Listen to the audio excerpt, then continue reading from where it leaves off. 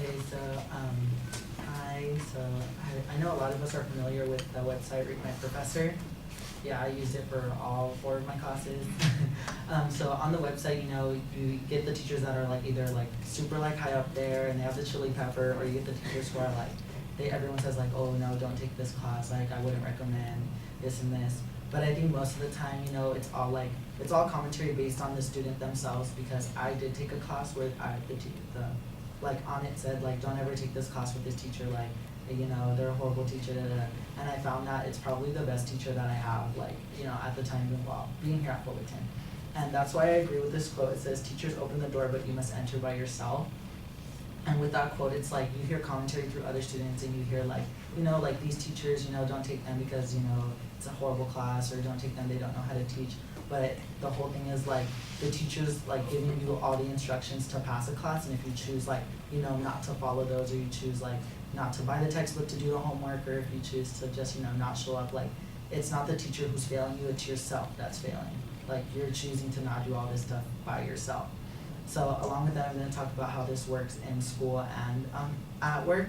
So with school, I know that like, I have a teacher who like was like, Justin, like you just need to do like the homework assignments and like you can pass it.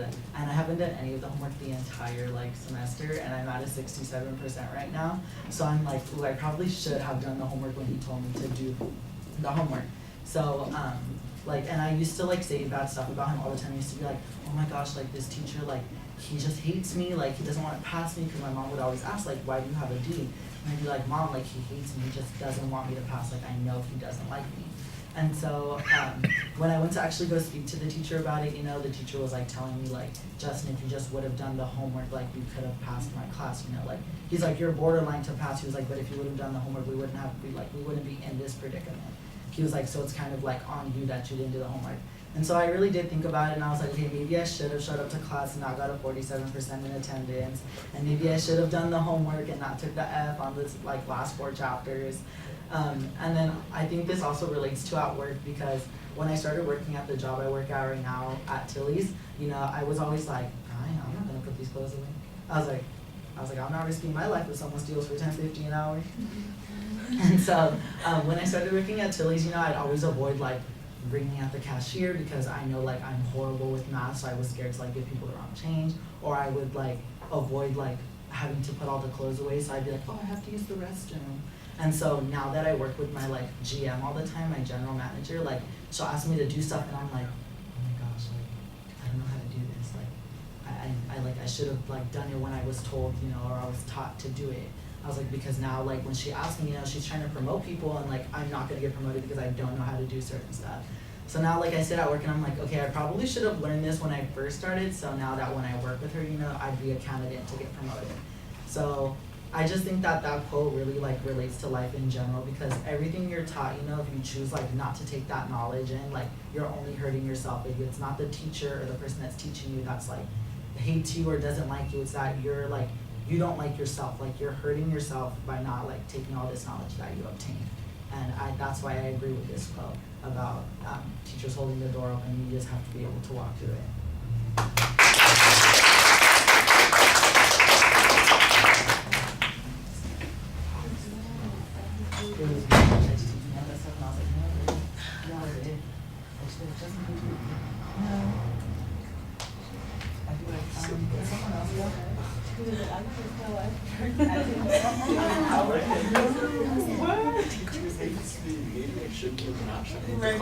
I literally have 47% of attendance in that class. So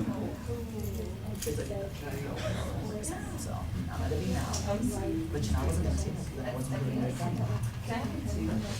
I have to go back to the car to get because I took it out, because if I didn't, I would have like. Every time. Yeah.